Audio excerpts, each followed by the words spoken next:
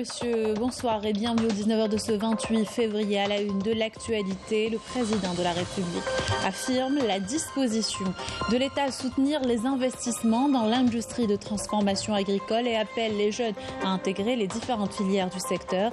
C'était à l'ouverture des assises nationales sur l'agriculture. Le président de la République honore des exploitants agricoles en reconnaissance de leurs efforts pour la promotion du secteur. Ces derniers ont salué les orientations du chef de l'État. Nous écouterons tout à l'heure.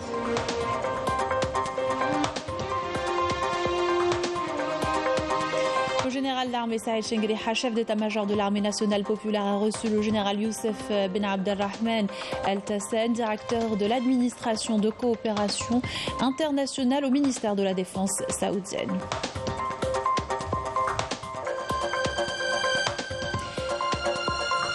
Un volet spécial agriculture dans ce journal avec la numérisation et le recensement, opérations en cours dans le pays, l'itinéraire technique également, des outils indispensables pour une meilleure production, la céréaliculture notamment ciblée, illustration à Bouira et Sétif. Et puis à l'étranger, de nouveaux aveux d'eurodéputés confirment l'implication du Makhzen dans la corruption au sein du Parlement européen. Les autorités marocaines ont payé des sommes importantes en échange de soutien électoral. On vous emmènera bivouaquer à la Tadrart, au cœur du parc national du Tassil Nadjer, entouré de gravures rupestres et de paysages d'ailleurs et couvert du ciel étoilé du désert algérien. Reportage dans cette édition. Bienvenue à tous, heureuse de vous retrouver. Je vous le disais en titre, le président de la République, Abdelmejid Tebboune, a présidé ce mardi au Palais des Nations à la cérémonie d'ouverture des Assises nationales de l'agriculture. Il a été accueilli par le Premier ministre Ayman Ben Abdelrahman, le ministre de l'Agriculture et du Développement rural, Mohamed Abdelhafid Hani, en plus de hauts responsables de l'État. À leur tête, le président du Conseil de la Nation, Saleh Goudjil, le président de l'Assemblée populaire nationale, Ibrahim Bourali, le président de la Cour constitutionnelle, Omar Belhadj, le général d'armée Saïd Chengriha, chef d'état-major de l'ANP, le directeur de cabinet de la présidence, le ministre des Affaires étrangères de la communauté nationale à l'étranger, en plus des conseillers du président.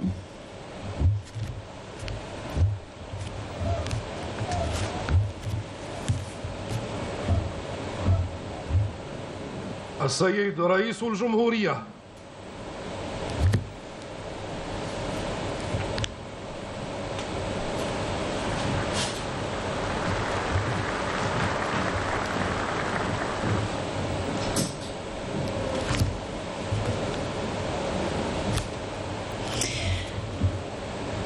Ces assises sont placées sous le slogan agriculture, sécurité alimentaire durable. Lors de son allocution, le président de la République a affirmé que le défi de la sécurité alimentaire est une soupape de sécurité qui figure parmi les priorités des gouvernements sages et leur stratégie.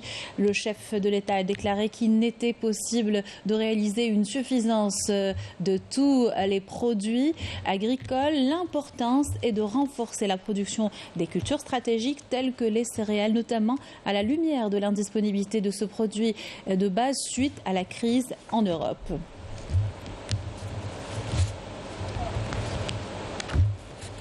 Et le président de la République s'est félicité des résultats positifs réalisés dans le secteur de l'agriculture, affirmant que le secteur occupait une place stratégique après les hydrocarbures. Je vous invite à l'écouter. على ما تحقق من نتائج إيجابية خلال السنوات الأخيرة، حيث ساهم قطاع الفلاحة بأكثر من 14.7% من الناتج الداخلي الخام في سنة 2022. نسبة تغطية الاحتياجات الغذائية من الإنتاج الوطني إلى 75%. وأصبح القطاع الفلاحة يشغل أكثر من 2,700,000 عامل. ولما نقول 14.7 من الناتج الخام الوطني، معناه في الدرجة الثانية من بعد البترول. Le président a affirmé que l'indépendance de la prise de décision et la souveraineté des positions étaient conditionnées par la sécurité alimentaire. On l'écoute. الإنتاج استراتيجي يتعلق بالتغذية المباشرة أي الحبوب اللي نتمنى باش تكون لها الأهمية القصوى مستقبلا. أولا ثقلها في ميزانية الدولة معروف. ثانيا رانا ماشيين إذا تواصلت الأحداث مثل ما هي اليوم في أوروبا وفي غير أوروبا إلى ندرة الحبوب. اليوم راكم تشوفوا واش راه صاري في العالم. الندرة بدأت تمس حتى أوروبا، حتى الدول المنتجة بدأت تمسها الندرة في بعض المواد. إذن الإنسان اللي يبغي يمشي رافع راسه ويقول كلمته لازم يضمن التغذية نتاعو. La modernisation du secteur pour atteindre une moyenne de production d'au moins 60 quintaux à l'hectare, un but à atteindre selon le chef de l'État. اليوم دخلنا في الفلاحة العصرية،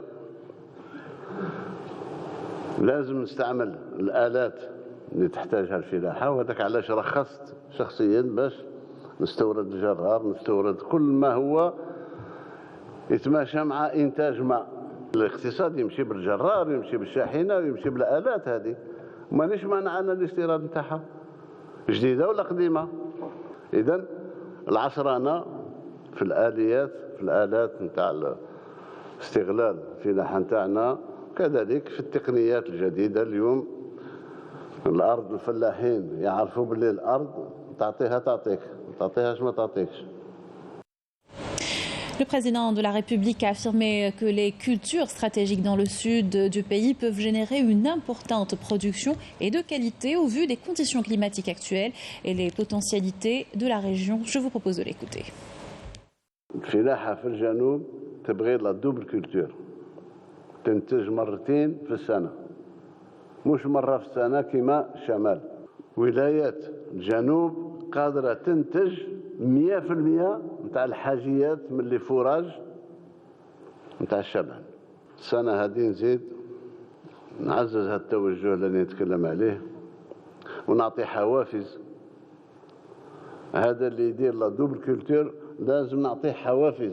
الفلاحة مليح الإنسان ينتج ويتعب، ولكن عنده أولا المردودية نتاعو، ثانيا عنده المحفزات والحوافز اللي تعطيهم له الدولة.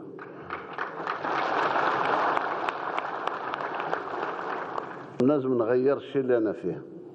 رانا على وشك صراحة، أنا شاعر بها، أعوذ بالله ما قلت. أنا شاعر أننا ما نشبعت بزاف على الاستقلال الغذائي نتاعنا، ما نشبعت.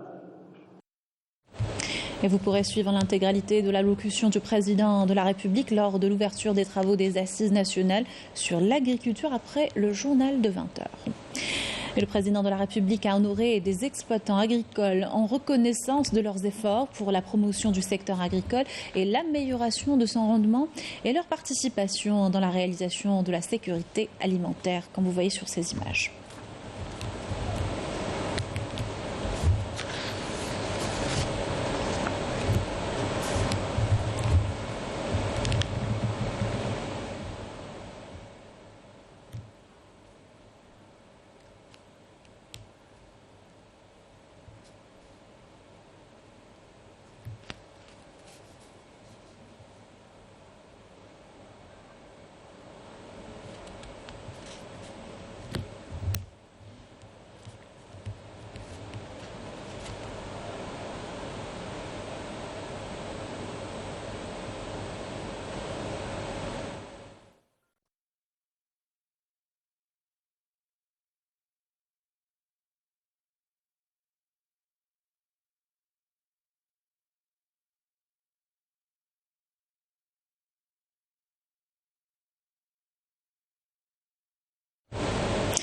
Je vous invite à écouter les impressions de certains des agriculteurs honorés par le président de la République suite, ou plutôt lors de l'ouverture des assises sur l'agriculture. Cette distinction nous donne aussi encore plus de courage et de volonté à travailler plus afin de contribuer à l'assurance d'une sécurité alimentaire. Nous sommes producteurs d'huile d'olive biologique sans engrais depuis la plantation de notre exploitation. Nous avons reçu énormément de prix internationaux à la qualité, donc nous participons souvent aux compétitions internationales. Je suis très honorée, premièrement, et c'est un très grand encouragement pour avancer et donner plus, parce que je veux être un exemple pour la femme rurale. Je suis agricultrice installée à Soukahras, productrice de nopal, donc la figue de Barbarie. Je suis aussi membre de l'Association nationale pour le développement du cactus, donc on a eu à développer cette culture. Et maintenant, elle est une filière agricole stratégique. Après de longues années dans la production de lait dans la région de l'Hodma, wilaya de Msila, cela fait 40 ans que nous formons des agriculteurs, des producteurs et des éleveurs. Nous récoltons aujourd'hui les fruits de nos efforts. Le discours du président de la République nous a vraiment rendu espoir.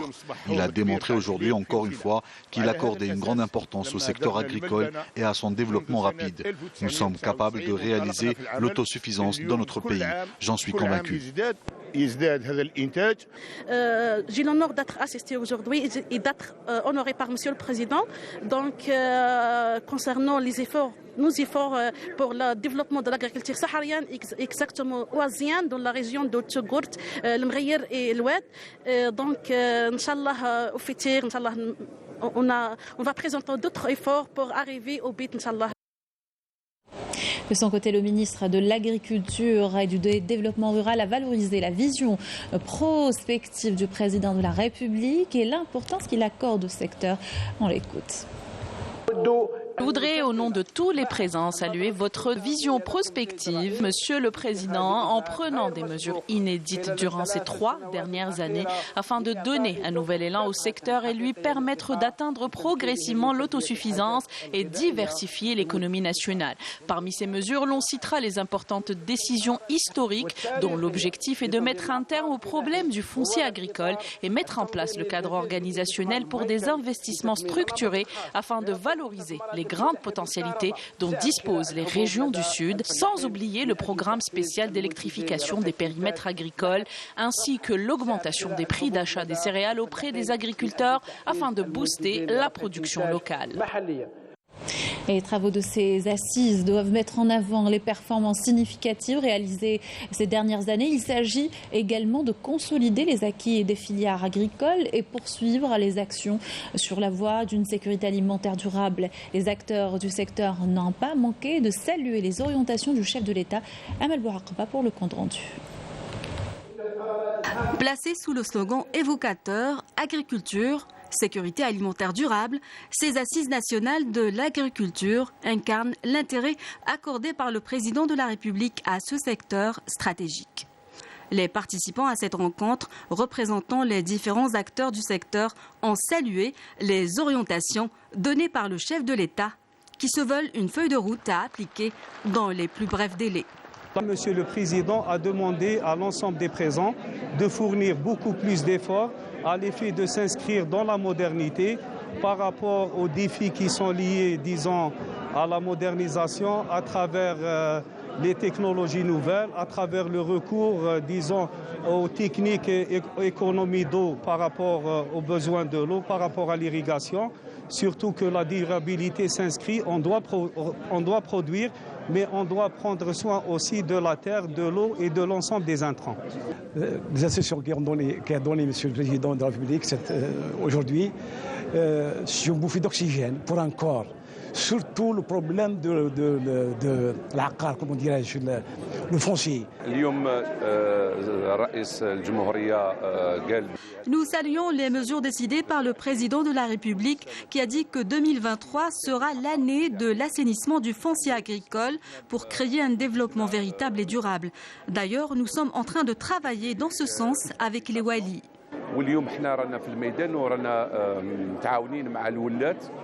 L'agriculture représente aujourd'hui 14,7% du PIB. L'objectif est d'atteindre les 30%. Un objectif tout à fait réalisable compte tenu des potentialités énormes que recèle l'Algérie. Parmi les priorités du président de la République, le barrage vert. Donc on a planifié un plan d'action à l'horizon 2030 et là on vient d'obtenir une première tranche financière de 10 milliards de dinars pour mettre en œuvre la première tranche du barrage vert pour la période 2023-2027. On va passer d'un ouvrage forestier à un programme de développement local. Pourquoi ? Parce que ce barrage vert il traverse 13 wilayas, 183 communes et 1200 localités. On trouve plus de 7 millions d'habitants qu'on doit prendre en considération dans notre planification pour la création d'emplois et la création des petites entreprises au niveau de ces territoires. Et qui dit sécurité alimentaire dit souveraineté alimentaire, un défi à relever pour l'Algérie, appelée à assurer une agriculture plus performante, notamment en céréaliculture. D'où la nécessité de moderniser les mécanismes d'exploitation et d'aller vers une numérisation rapide du secteur. Dans l'actualité, le général d'armée Saïd Chengueriha, chef d'état-major de l'armée nationale populaire, a reçu en audience ce mardi au siège de l'état-major de l'armée nationale populaire le général Youssef Ben Abdelrahman Al-Tassen, directeur de l'administration de coopération internationale au ministère de la Défense saoudienne et co-président de la commission mixte algéro-saoudienne chargée de la coopération militaire. On prit part à cette audience des généraux-majors et généraux de l'état-major de l'armée nationale populaire et du ministère de la Défense nationale, ainsi que les membres de la délégation saoudienne. Lors de cette rencontre, les deux parties ont tenu des discussions sur l'état de la coopération militaire entre les deux pays frères et ont échangé les analyses et les points de vue sur les questions d'intérêt commun. Retour à l'agriculture et tout un volet vous est présenté ce soir. On s'intéresse à l'itinéraire technique dans ce secteur, un outil à l'importance capitale pour une production de bonne qualité. Ce procédé scientifique permet également de doubler le rendement. Il englobe entre autres la sélection des semences, la préparation spécifique du sol. Reportage de Yanis Saïd Bouqasem. L'application de l'itinéraire technique à toutes les cultures est la clé de voûte pour l'essor du secteur agricole. L'enchaînement logique et ordonné des interventions techniques culturelles permet de tirer le maximum des potentialités du milieu, du semis à la récolte. La première étape étant la sélection des bonnes semences à travers un contrôle de végétation. Il y a un numéro d'analyse qui est délivré pour l'échantillon soumis, qui est un numéro chronologique et unique pour chaque échantillon. On procède directement à la préparation d'échantillons de travail à partir d'échantillons soumis. Pour cela, il y a un diviseur arrive, donc à l'aide de ce diviseur, qui va permettre l'obtention d'un échantillon. Donc on va procéder à deux homogénéisations, une division, jusqu'à l'obtention d'échantillons de travail. Une fois certifiées, les semences de bonne valeur agronomique sont mises à la disposition des agriculteurs. Mais pour la réussite de l'itinéraire technique, le sol doit être bien préparé. Pour en savoir plus, nous sommes à Ouatsemar, dans l'une des 9 fermes des stations de plateforme de l'Institut technique des grandes cultures. La graine a besoin d'un bon lit de semences, d'une bonne préparation du lit de semences. On doit attendre les premières pluies d'automne. On sème dans les délais bien précis, d'accord. Une fois la graine est germée, elle a besoin d'un engraissement. Donc on doit faire l'apport d'azote. C'est lui qui favorise le bon talage. Donc une fois nous avons un bon talage, donc nous avons plusieurs tales, plusieurs épis, plusieurs graines. Donc c'est ce qui nous donne un bon rendement. Le respect de l'itinéraire technique offre la possibilité d'augmenter le rendement, que ce soit pour les céréales ou une production végétale quelconque, alors que son non-respect engendre une perte de rendement. A contrario, justement, si l'agriculteur n'applique pas ce bon itinéraire technique, les chutes de rendement peuvent aller jusqu'à 50%. Donc aujourd'hui, on est entre 20 et 25 quintaux dans les plateformes de semences, mais ça peut descendre jusqu'à 10-15 quintaux dans les productions de grains. Et du coup, nous perdons beaucoup en production agricole. Nous pouvons justement, si on applique le bon itinéraire technique, atteindre l'objectif national des 80 à 100 millions de quintaux. Et pour optimiser justement le rendement, l'analyse du sol est indispensable. Ces analyses de sol lui permettront de connaître le niveau de fertilité de son sol et de pouvoir choisir quels sont les engrais qu'il doit utiliser selon le type de sol et quelle est la quantité aussi d'engrais qu'il doit utiliser comme engrais de fond. Et de la même manière aussi pour les engrais de couverture. L'itinéraire technique doit être adapté selon les territoires. On ne peut pas faire un itinéraire classique de l'Est, on va l'adapter à l'Ouest. Les sols sont complètement différents, la texture est différente et le niveau de fertilité est complètement différent. La formation des agriculteurs à ce type de technique devient dès lors incontournable lorsque l'on sait que l'enjeu est une nette amélioration du rendement, ce qui mènera à assurer une sécurité alimentaire et pourquoi pas s'accaparer d'importantes parts de marché à l'international à travers une stratégie nationale de l'export hors hydrocarbures, objectif ultime des pouvoirs publics. Et le recours aux techniques modernes peut aider à faire face aux problèmes que rencontrent les agriculteurs. Le manque de pluviométrie notamment qui a miné à la production ces dernières années. À Bouira, les précipitations survenues cette saison redonnent espoir pour une bonne récolte. C'est en tout cas ce que pensent les agriculteurs rencontrés par Saïda Mariouf dans ce reportage. La céréaliculture, une culture pluviale par excellence, autrement dit, elle demeure grandement tributaire des chutes de pluie. L'épisode pluviométrique de ces derniers temps constitue une lueur d'espoir pour les céréaliculteurs de Bouira afin de mener à terme leur culture. Notre coopérative est pionnière en matière de céréales. Nous avons un périmètre de 650 hectares dédié aux semences de céréales, blé dur, blé tendre et orge. La qualité par là est très bonne car le sol est très fertile. Nous avons le traitement qu'il faut. Si les précipitations persistent durant les mois prochains, notamment en mars et avril, le rendement sera excellent. Si le président de la République table sur un rendement de 30 quintaux à l'hectare avec les facilitations accordées par la coopérative CCLS et la pluviométrie abondante, je mise sur un dépassement de ce seuil. En matière d'appui à la production, nous accompagnons les céréaliculteurs depuis le semis jusqu'à la récolte. Avec les techniciens de CCLS et leurs engins, on les assiste dans les différentes étapes du labour. La coopérative des céréales et légumes secs CCLS de Bouira est dotée de son propre parc engin afin de prêter main forte aux céréaliculteurs en matière de labour et de récolte.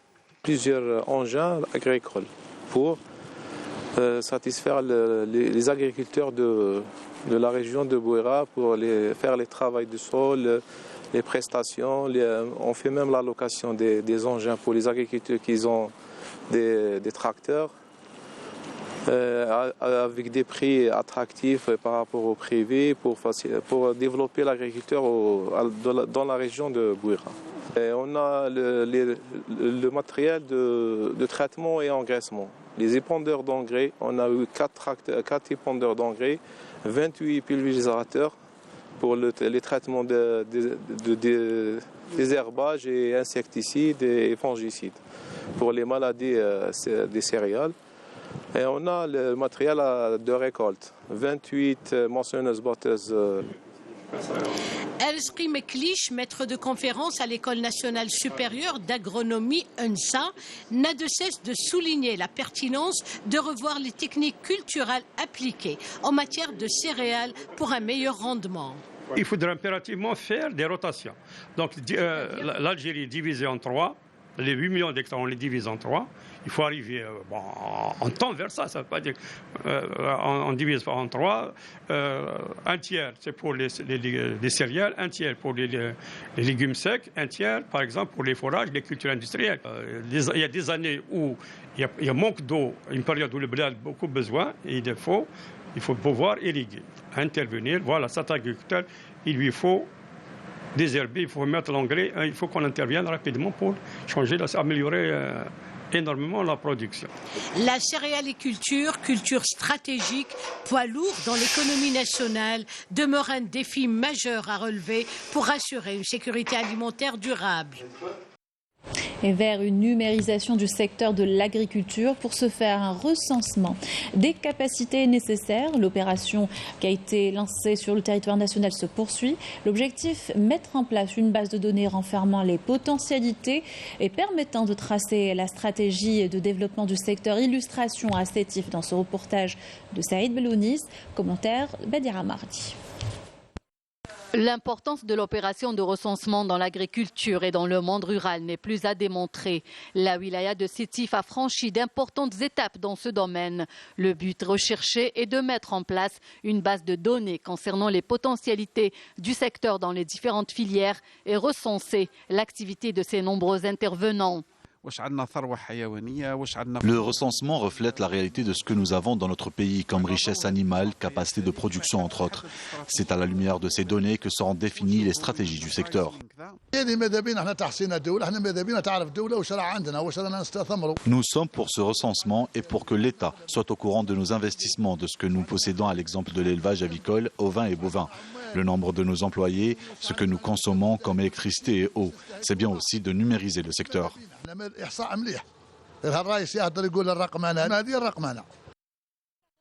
L'opération de numérisation se poursuit au niveau de la Chambre d'agriculture à travers le renouvellement de la carte de l'agriculteur.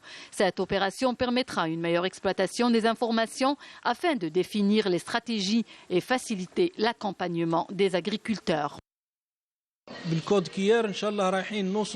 Avec le code QR, nous arriverons à zéro papier entre la Chambre de l'agriculture et le secteur agricole en général.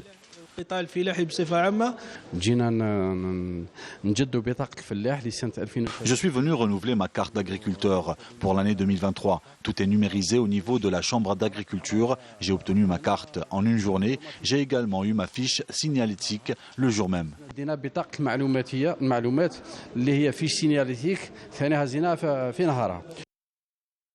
Les pouvoirs publics comptent beaucoup sur le recensement et la numérisation pour moderniser et développer le secteur afin de permettre aux agriculteurs et investisseurs d'aller vers une production qualitative et quantitative permettant d'assurer la sécurité alimentaire.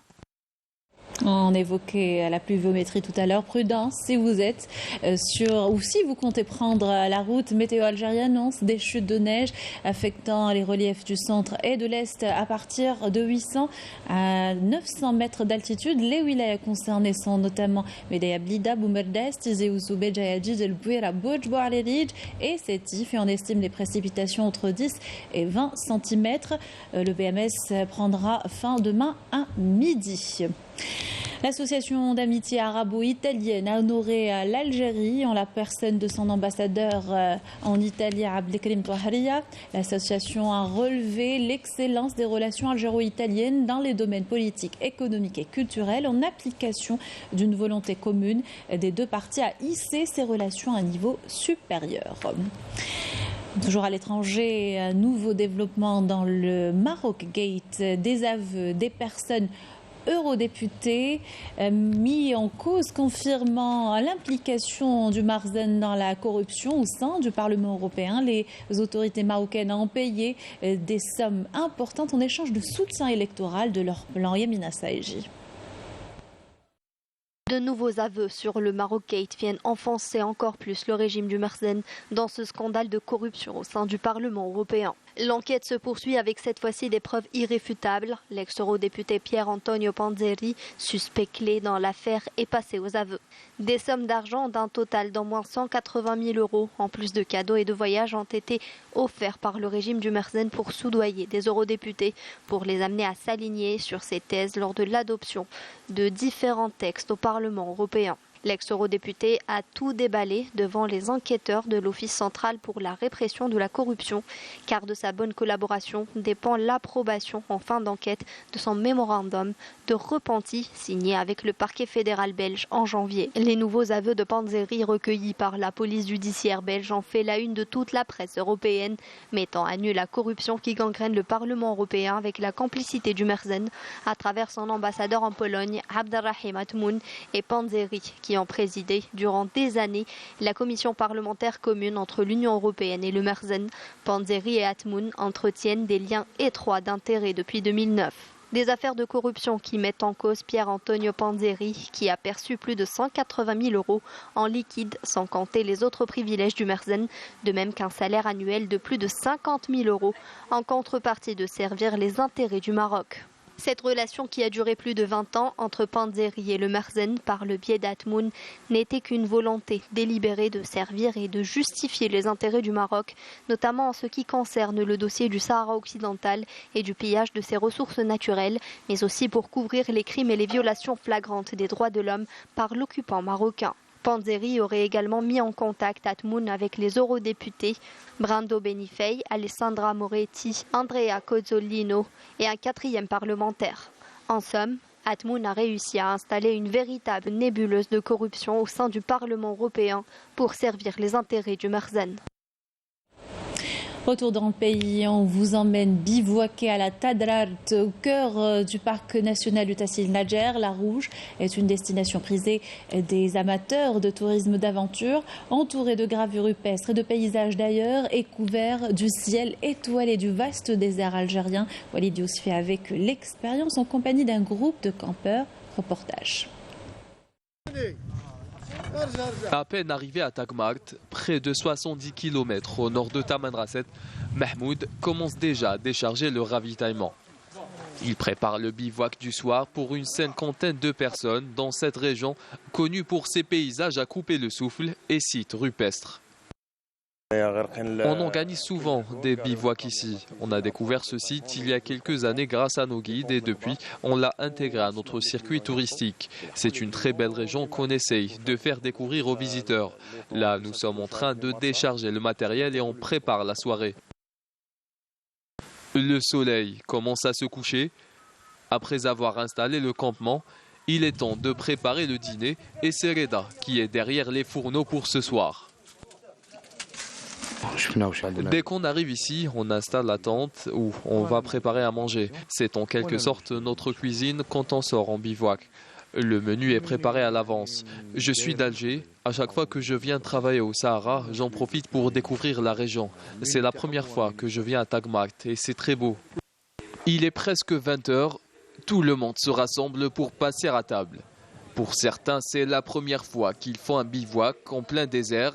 L'occasion pour eux de passer la nuit sous le beau ciel étoilé du Hogar. Bon, ça fait la 3e nuit qu'on est en bivouac ici au sud. Ça se passe super bien. C'est une nouvelle expérience. Moi qui suis habitué des bivouacs un peu partout en Algérie, c'est la première fois que je viens au sud pour découvrir cette ambiance magnifique. On remercie nos amis et frères Touareg qui mettent une ambiance exceptionnelle. Ce bivouac, c'est un peu spécial. On a pu faire de nouvelles rencontres, on a fait de nouveaux amis, on s'est changé des idées. On s'est évadé de la charge de la ville. Les convives finissent leur soirée entraînés par les rythmes dansants de la musique tergui. Une belle invitation pour renouveler un séjour dans cette magnifique région. Voilà qui termine notre journal. Merci de l'avoir suivi. Excellente soirée sur Canal Algérie.